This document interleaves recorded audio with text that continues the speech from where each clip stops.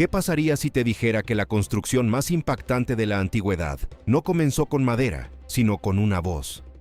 Antes del diluvio, antes de los animales, antes del juicio, hubo una orden divina tan exacta que colocó a Noé frente a una tarea imposible para cualquier hombre, salvo para uno que eligiera obedecer.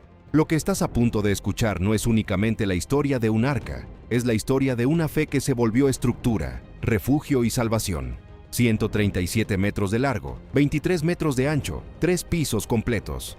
Esas fueron las medidas que Dios dio a Noé, directas, exactas y sobrenaturalmente específicas. La orden divina no dejó margen para la duda. Construye un arca. Y frente a esa voz, comenzó una de las obras más extraordinarias que la mano del hombre haya emprendido jamás. La Biblia revela el tamaño del arca, el material y su propósito. Pero para transformar esa orden en madera, vigas y estructura, Noé tuvo que enfrentar desafíos enormes. Desafíos que el texto no explica con detalle, pero que cualquier constructor de aquel tiempo comprendería. Y todo arranca con algo que muchos no consideran: el terreno. Una estructura de 137 metros de largo no puede levantarse en cualquier lugar. Necesita un espacio amplio, firme y estable, lejos de pendientes peligrosas y cerca de bosques de cipreses, que servirían como material. Así que imaginen a Noé caminando por el terreno, evaluando el suelo, observando la firmeza de la tierra, la cercanía de los árboles y la accesibilidad. Sin máquinas, sin ingenieros, sin planos, solo discernimiento, sabiduría práctica y fe. Y cuando encontró el sitio correcto, comenzó la primera etapa, y fue todo menos gloriosa. Quitar piedras grandes, arrancar raíces profundas, nivelar cada metro, compactar la tierra para soportar toneladas de madera. Todo con herramientas sencillas, pero con una determinación impulsada por la palabra. Pero había algo que hacía la labor aún más difícil en el mundo antediluviano: la humedad constante que subía desde la tierra. La Biblia explica que una niebla ascendía de la tierra e irrigaba toda la superficie del suelo. Génesis 2:6. Esto significa que el suelo era frecuentemente húmedo por naturaleza, y la tierra húmeda puede convertirse en lodo. Las herramientas se hunden, la madera absorbe humedad, el terreno se vuelve vulnerable. Así que Noé probablemente tuvo que cavar pequeños canales alrededor de la obra, creando desvíos simples para que el agua natural del suelo no saturara la zona de trabajo. No era lluvia cayendo del cielo, era la propia tierra soltando humedad. Mientras hacía esto, la gente pasaba observando. Algunos se burlaban, otros susurraban. ¿Qué sentido tenía preparar un terreno tan inmenso? Pero Noé no respondió, porque no edificaba según la lógica humana, edificaba según la instrucción divina. Y cuando el terreno finalmente quedó firme, plano y seco, surgió un nuevo desafío: reunir madera para una estructura colosal. La Biblia dice: haz el arca de madera de ciprés. Y los cipreses no eran troncos pequeños, eran árboles enormes, robustos y pesados, ideales para una obra de esa magnitud. Derribar un árbol así con herramientas rudimentarias requería fuerza, paciencia y constancia. Derribar cientos era un proceso que exigía disciplina diaria. Golpe tras golpe, tronco tras tronco, Noé y sus hijos trabajaron hasta que el estruendo del árbol al caer resonó por el bosque. Pero el trabajo no terminaba allí. Mover un tronco gigante hasta la obra requería técnica, sin ruedas, sin suficientes animales, sin máquinas. La solución fue la misma que usaban los pueblos antiguos: rodillos de madera.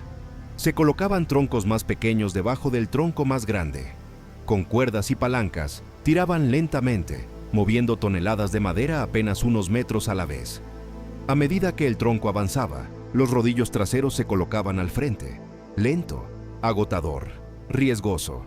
Pero cada tronco transportado era un paso más en la construcción de lo que Dios había ordenado. Y Noé siguió adelante, porque quien recibe instrucción de Dios no obra según lo que ve, sino según lo que cree.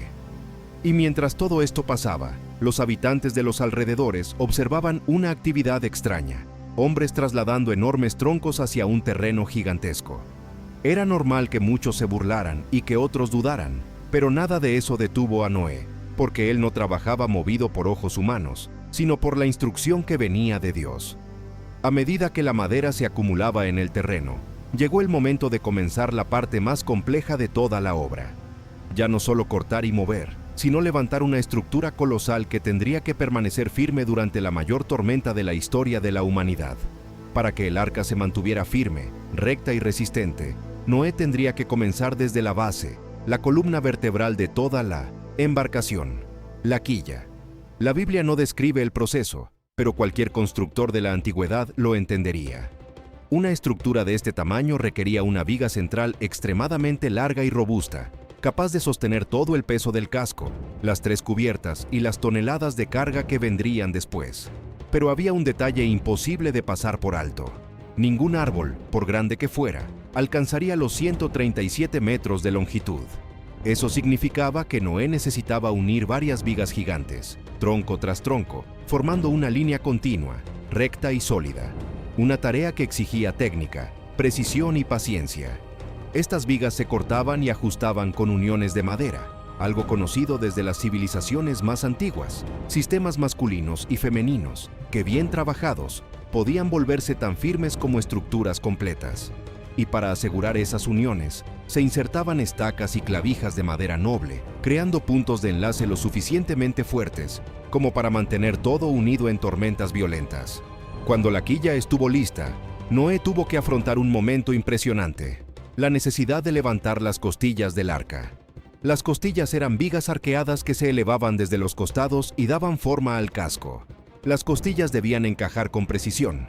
Por eso, Noé y sus hijos hicieron lo que los constructores antiguos dominaban perfectamente.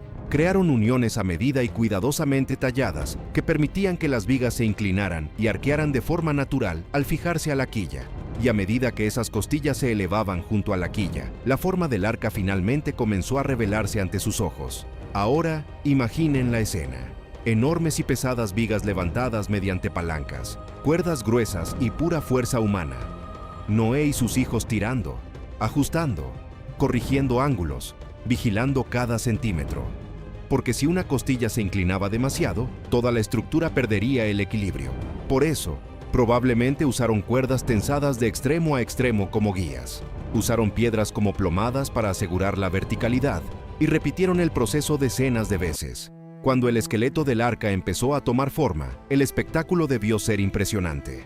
Una gigantesca estructura de madera emergiendo donde nunca había existido mar, del tamaño de un edificio moderno, pero construida solo con herramientas sencillas y manos humanas. Y entonces llegó un momento decisivo: sellar el arca. Porque una estructura imponente no es suficiente. Necesitaba ser impermeable. Y Dios fue directo al respecto. Cubrirás el arca con betún por dentro y por fuera. Este detalle es clave. El betún, una resina derivada de la tierra, debía hervirse, espesarse y aplicarse mientras aún estaba caliente, creando una película dura y resistente. Pero aplicarlo solo en el exterior no sería suficiente. La madera, con el paso del tiempo, absorbe humedad, y cualquier filtración podría arruinarlo todo. Así que Noé y sus hijos pasaron días, quizás semanas, cubriendo cada grieta, cada junta, cada hendidura, tanto por dentro como por fuera. Cada capa debía secarse antes de recibir la siguiente, y cualquier defecto podía comprometer todo el proyecto. Al final, cuando la última parte quedó sellada y endurecida, el arca dejó de ser solo una estructura de madera. Era un refugio hermético diseñado para enfrentar algo nunca antes visto en la historia de la humanidad. Y el siguiente paso sería tan importante como la estructura exterior: organizar el interior para albergar a los seres vivos. La Biblia revela un detalle fundamental: harás compartimentos en el arca. El término hebreo, kininim, significa literalmente nidos, celdas, pequeñas divisiones. Es decir, el arca no era un cobertizo abierto, estaba formada por secciones más pequeñas, cuidadosamente planificadas para mantener el orden, la seguridad y la estabilidad durante el diluvio. Y aquí hay un punto teológico importante. La Biblia no describe la distribución, solo indica que había 3 pisos y compartimentos. Con base en esto, podemos imaginar lo que habría sido lógico, práctico y posible para Noé. Para mantener el equilibrio de la embarcación, lo más sensato habría sido organizar a los animales por peso y tamaño. Piso inferior: animales pesados, elefantes, hipopótamos, ganado grande. Esto mantendría el centro de gravedad bajo, evitando oscilaciones peligrosas. Piso intermedio: animales de tamaño mediano, leones, osos, ciervos, animales domésticos grandes. Piso superior: aves y animales más pequeños y ligeros, con menor impacto en el equilibrio y más cerca de la ventilación. Esta división no contradice la Biblia. Es plenamente coherente con una estructura tan grande. Los compartimentos eran indispensables. Sin ellos, los depredadores podrían atacar a sus presas y los animales podrían herirse entre sí. Habría un caos total dentro del arca. Enfermedades se propagarían con rapidez. Así que Noé probablemente construyó muros internos sencillos, pero lo bastante resistentes como para mantener a cada especie en su espacio. Estos muros debían encajar bien, sin comprometer la integridad del casco. Recordemos que cada pieza de madera añadía peso y debía planificarse. Ventilación. La Biblia menciona: harás una abertura de 1 codo de alto. Esto señala una especie de ventana larga y continua debajo de la cubierta.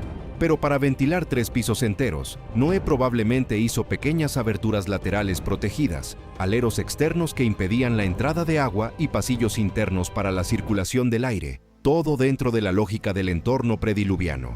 Sin una ventilación adecuada, los gases producidos por los animales serían mortales. Almacenamiento de alimentos. 1 año de alimento para todas las criaturas significaba una cantidad enorme de provisiones. La Biblia dice: tomarás alimento para ti y para ellos. Esto incluía heno, granos, frutos secos, raíces y agua almacenada en jarras y recipientes. Por lo tanto, áreas enteras del interior del arca debían destinarse exclusivamente a alimentos, almacenados de manera organizada y protegidos de la humedad. El arca era más que un barco, era una ciudad flotante, con una logística completa, eliminación de residuos, posibilidades plausibles, pisos ligeramente inclinados, canales de drenaje sencillos y pequeñas aberturas laterales solo para drenar líquidos. Y cuando cada espacio, cada división, cada pasillo estuvo listo, Noé se dio cuenta de que la obra estaba llegando a su punto más crítico. La puerta.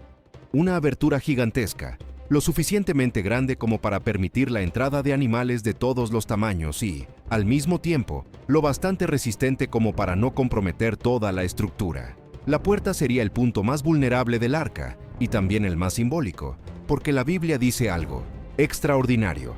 El Señor cerró la puerta, el hombre construyó, pero Dios la selló. Entre todos los elementos del arca, ninguno llamaba más la atención que la puerta. La Biblia menciona claramente: y puso una puerta en su lado. Génesis 6:16. Para evitar que la enorme abertura comprometiera la estructura, Noé probablemente instaló vigas gruesas alrededor del marco, refuerzos diagonales, juntas fuertes y profundas, y madera de alta resistencia en los bordes. Todo para asegurar que la puerta no se derrumbara. Y recuerden, Noé no tenía suficiente metal para crear bisagras enormes como las modernas. Por eso, el sistema más plausible sería un pivote vertical, un gran eje de madera reforzada en el lateral de la puerta, que le permitiera girar con fuerza, pero con funcionamiento estable. Aquí hay un valioso punto teológico. La Biblia dice: y el Señor cerró la puerta. Génesis 7:16. Es decir, Noé construyó, Dios selló. Antes de que llegaran los animales, Noé seguramente caminó por el interior del arca, probando vigas, verificando si la brea se había endurecido por completo, buscando grietas, reforzando las nervaduras, evaluando el peso de las provisiones ya cargadas, escuchando los sonidos de la madera comprimida. En las grandes estructuras de madera, la madera habla, cruje, se asienta y se adapta. Y Noé, con la experiencia adquirida durante años de construcción, sabría si algo andaba mal. Y entonces, algo sobrenatural ocurrió. La Biblia es explícita. Los animales llegaron a Noé. No fueron capturados, no fueron obligados a venir, no llegaron al azar. Vinieron. Parecía un movimiento orquestado, como si una mano invisible guiara a cada especie. Imaginen la escena: parejas de animales emergiendo de los árboles, pájaros aterrizando cerca de la entrada, criaturas salvajes caminando tranquilamente junto a sus presas, reptiles arrastrándose en la dirección exacta, crías siguiendo instintos que no habían aprendido, y cada una colocándose en orden, sin caos, sin confusión, sin ataques. Era la señal de que esto no era solo un proyecto humano, era un acto divino ocurriendo ante los ojos de la familia de Noé. Cuando todos entraron, animales, pájaros, reptiles, Noé, su esposa, sus 3 hijos y las esposas de sus hijos, entonces 8 personas entraron al arca. Y así se completó la obra. La fe había sido obedecida. Y ahora comenzaba la parte más desafiante. cómo Noé y su familia sobrevivieron dentro del arca durante los días del diluvio. Con la puerta cerrada por la propia mano de Dios, un silencio distinto llenó el arca. Afuera, el mundo seguía como si nada hubiera ocurrido. Adentro, todo estaba preparado. Los animales fueron acomodados, los compartimentos organizados, la comida almacenada, la estructura sellada y firme. Era el inicio de algo que nunca había ocurrido en la historia de la humanidad. La Biblia describe este momento con palabras solemnes. En el año 600 de la vida de Noé, todas las fuentes del gran abismo brotaron y las compuertas de los cielos se abrieron. Génesis 7:11. Esto indica aguas subterráneas explotando hacia la superficie, presiones internas liberadas, gigantescos volúmenes de agua brotando con fuerza, terremotos y profundas rupturas en la tierra. La familia de Noé sintió temblar el arca, no por el agua de arriba, sino por el violento movimiento de la tierra de abajo. Entonces ocurrió algo todavía más extraordinario. Se abrieron las compuertas del cielo. Fue la primera lluvia de la historia, y no una lluvia cualquiera. Gotas gruesas, cada vez más intensas, un ruido ensordecedor sobre la madera. Resonaron truenos, destellos de luz rasgaron el cielo. El arca, hasta entonces inmóvil, comenzó a sentir el roce de las primeras aguas que se acumulaban a su alrededor. Imaginen a los vecinos que se burlaron de Noé, aquellos que llamaron locura al arca. La Biblia no describe sus sentimientos, pero es fácil imaginarlos. Gritos ante la lluvia desconocida, asombro ante la rápida subida de las aguas, gente corriendo sin comprender, pánico ante algo nunca antes visto. La fe que antes les parecía una locura, se convirtió ahora en su único refugio. El agua subió, subió, subió hasta que el pesado y firme casco comenzó a flotar. Para Noé y su familia, esta debió ser una sensación indescriptible. La madera crujiendo, el suelo vibrando, el balanceo inicial, el sonido del agua golpeando contra el costado, el arca despegando de la tierra por primera vez. Esa embarcación, construida durante décadas, finalmente cumplía su propósito. El arca no se guiaba por velas, remos ni timones. No los necesitaba. Estaba en manos de Dios. La Biblia lo describe. Las aguas subieron y crecieron mucho sobre la tierra. Génesis 7:19. Esto significa que montañas desaparecieron, ciudades se sumergieron, árboles fueron arrancados de raíz. La vida antigua se extinguió ante los ojos de la familia de Noé. Dentro, el arca parecía un mundo aparte. Afuera, todo moría. Dentro, Dios preservó la vida. El contraste era absoluto. ¿Cuánto duró la lluvia? El sonido de la lluvia cesó después de 40 días, pero el diluvio estaba lejos de terminar. La Biblia lo describe. Las aguas subieron y crecieron mucho sobre la tierra 150 días. Génesis 7:24. Incluso sin lluvia, las aguas continuaron subiendo y moviéndose, cubriendo montañas, llanuras, valles y todo lo que existía antes. Dentro del arca, el tiempo parecía detenido. Había trabajo todos los días, alimentar a los animales, limpiar los compartimentos, revisar las vigas, reforzar las juntas, supervisar la estabilidad, orar, esperar. Y entonces, tras largos meses de espera, la narración bíblica revela un momento decisivo. Y Dios se acordó de Noé. Génesis 8:1. La Biblia dice que Dios envió un viento sobre la tierra y las aguas comenzaron a descender. Lentamente, día tras día, el nivel empezó a disminuir hasta que el arca reposó sobre los montes de Ararat. Génesis 8:4. Tras meses de oscuridad parcial, Noé abrió la ventana superior.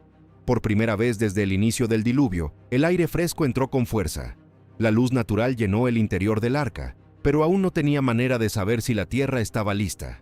Así que tomó una decisión lógica y sabia. Soltó un cuervo y luego una paloma. La paloma regresó, pues no encontró dónde posarse. El mundo seguía bajo el agua. Una semana después, Noé lo intentó otra vez. La paloma volvió, pero esta vez llevaba una hoja de olivo. Fue la primera señal de un nuevo comienzo. Pasó otra semana. Noé soltó la paloma por tercera vez y no regresó. La tierra por fin comenzaba a ser habitable de nuevo. Después de más de un año dentro del arca, Dios volvió a hablar. Sal del arca tú, tu esposa, tus hijos y las esposas de tus hijos contigo. Génesis 8:16. Y Noé obedeció. La puerta, la misma que Dios había cerrado, estaba ahora abierta. Luz intensa inundó el interior. Los animales comenzaron a salir, especie tras especie, siguiendo sus instintos, dispersándose por la nueva tierra. Toda la familia pisó tierra firme por primera vez en muchos meses. El olor a tierra mojada, el aire puro, el profundo silencio. Todo era nuevo. Nada del viejo mundo había sobrevivido, pero la gracia de Dios preservó suficiente vida para un nuevo comienzo. En cuanto salió del arca, Noé hizo algo simbólico, poderoso y memorable. Erigió un altar al Señor. Allí, entre rocas, barro seco y el inicio de un paisaje restaurado, Noé ofreció un sacrificio. La Biblia describe que Dios se agradó del dulce aroma e hizo una promesa. Nunca más destruiré toda vida con agua. Y luego colocó una señal visible en el cielo, el arco iris, un pacto eterno, recordando a la humanidad que incluso en el juicio, Dios preserva un remanente, sostiene la vida y abre un camino de fe. Con el diluvio terminado, el arca cumplió su propósito. Ahora comenzaba un nuevo capítulo. Noé y su familia repoblarían la tierra. De los hijos de Noé surgirían naciones. El mundo tendría nuevos ciclos, estaciones y límites establecidos por Dios. La historia de la redención continuaría. De esa embarcación nacería toda la humanidad postdiluviana. Y el arca, símbolo de obediencia, fe y salvación, quedó como testimonio de que Dios siempre rescata a quienes confían en su voz. Si has llegado hasta aquí, ya te habrás dado cuenta. El arca no era solo una barca, era un acto de fe grabado en madera. Era la salvación preservada en 3 niveles. Era la respuesta divina al pecado y, al mismo tiempo, la evidencia del amor de Dios por la vida. Pero la historia de Noé no termina con el arca. Hay mucho más sobre el reinicio de la humanidad, el nuevo pacto, las generaciones posteriores y cómo todo esto se conecta con el plan mayor de Dios. Si esta historia te impactó, cuéntame en los comentarios qué parte te hizo reflexionar más, la construcción, el diluvio o el nuevo comienzo. También puedes escribir qué otro relato bíblico te gustaría que exploremos con este nivel de detalle. Te leo en los comentarios.